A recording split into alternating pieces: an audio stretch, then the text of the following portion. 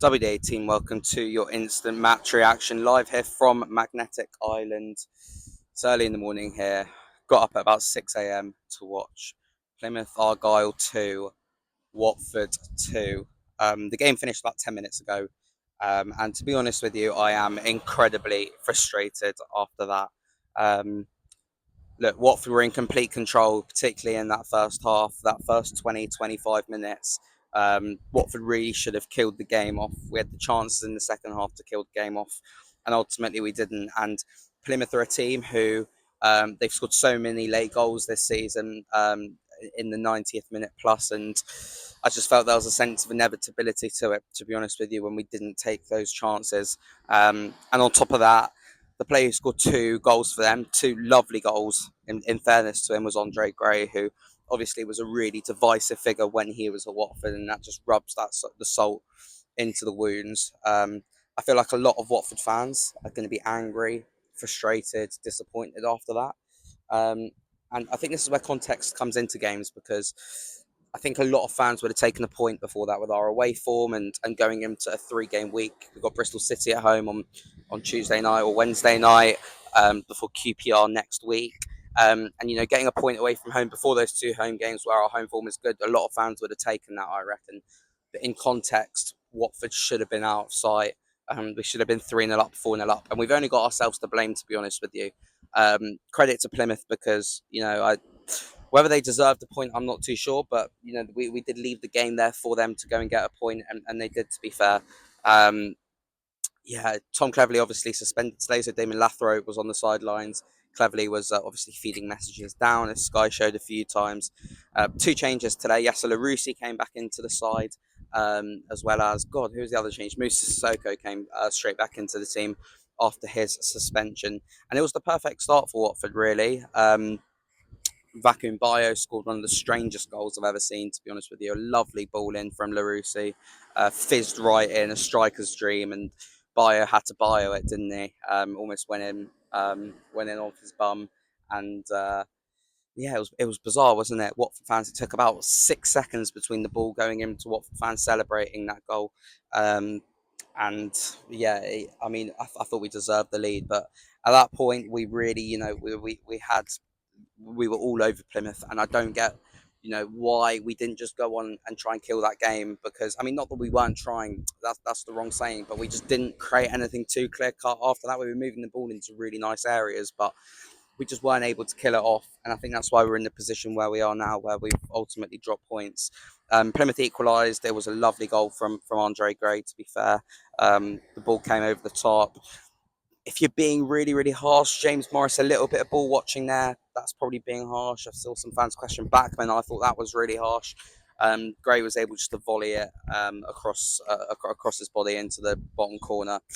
And for about 5 or 6 minutes, then Plymouth looked like they were on top, and then Watford were able to get a foothold back into the game.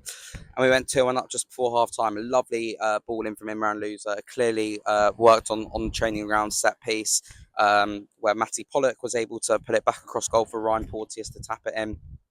It was actually a really, really good finish from Ryan Porteous. And do you know what? I came out of our half time saying that was one of Watford's best first halves this season, particularly away from home, where we haven't looked comfortable in a lot of games so far. Particularly in the early stages, we've gone 1-0 down, we conceded early goals, and I thought it was so impressive. And I was almost thinking that we keep this up in the second half, this is going to be a statement win for Watford. And in terms of the intensity, at times I thought we did, but there were 2 absolutely huge chances for Watford in that second half that really should have killed the game off. The first one came from Georgie Chatfatazzi, who was absolutely quality again today on the whole. Teams are absolutely terrified of him, and he's so effortless with the ball at his feet. I think we all know the narrative now with Chatfatazzi. I think there's going to be interest in January. It'll be a huge shock if we even keep hold of him in the next summer transfer window if he doesn't go in January. But yeah, he's not a championship player, and we're so lucky to have him. But the big issue with his game at the minute is those numbers, and he's not getting those goals. I think it's still only 1 goal this season, which was that free kick on the opening day of the season. And he's got, I think he was almost played through. It was a really, really poor first touch from him. Came back inside, 2 or 3 opportunities to shoot, didn't take them. And when he did shoot, I think the angle was just gone, and the Plymouth player was able to make the block. And if Georgie is going to make that move, he's going to have to improve that part of his game. and then the second one came from back in Bio. Sissoko played him through. Bio for on goal, and yeah, he wasn't able to score. Probably should have dinked it, but he went or tried to go under the goalkeeper, I think, and yeah, it was a relatively straightforward save for the Plymouth Argyle goalkeeper. Um, Frustrating, because at that point when Bayer missed that, I think we all knew the writing was on the wall in some ways. We know the history of Watford and what we tend to do in moments like that. Um, I think it just sums up Vacuum Bayer, doesn't it? Obviously, he's in red hot form at the minute, the form of his career. Everything seemed to be going right for him, but then you just know almost in situations like that, you can't always depend on him. I think that's what Watford are really, really missing at the moment. Just a striker who you're just absolutely guaranteed goals from. Think back to previous promotion seasons, Dini, Vidra, Igalo. You just knew every single time the ball was near them, the ball would, in that position, the ball would end up in the back of the net. We just don't have that at the moment. Daniel Jebson missed out today with injury. We don't know what's going on with Jebson at the moment. He's someone who's really, really struggling. Whether we'll even see him in the Watford shirt again, who knows? Could that loan be terminated in January? We'll see. It's a busy week though, so we could see him at some point later this week. Um, and then yeah, going out into literally the last 10 seconds of the game. Andre Gray, the ball comes to him. Looked like Watford had cleared it from a really poor attempted long throw from Plymouth, but yeah, they managed to work the ball to Gray, who was able to bend it in. A really, really nice finish, to be fair, past Daniel Backman. No chance for him. Yeah, a frustrating one.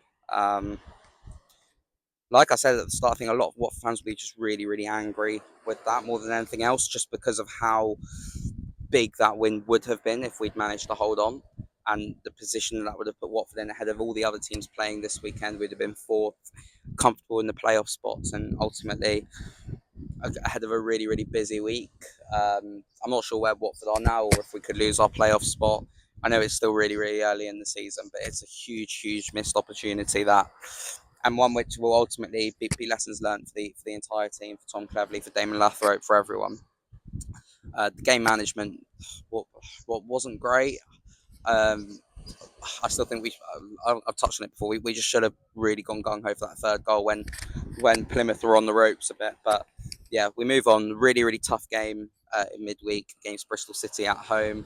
I think they're quite good away from home, and that's going to be an opportunity to bounce back. It'll be another statement win at home if we can continue the unbeaten record at Vicarage Road. But yeah, that's not going to be an easy test, and you imagine that following that, the confidence is going to take a little bit of a battering after that last minute equaliser. You just got to hope, being back at home, the home comforts, that things can improve again. But yeah, a frustrating one. No doubt there'll be lessons to learn from that. Charlie and Jake, I'm sure, will be back to give a more in-depth analysis on that.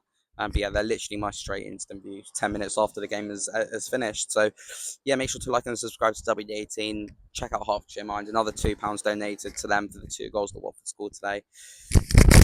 Sorry, drop the mic there. Make sure to have a look at the Mad Squirrel, and we'll see you all soon. Until next.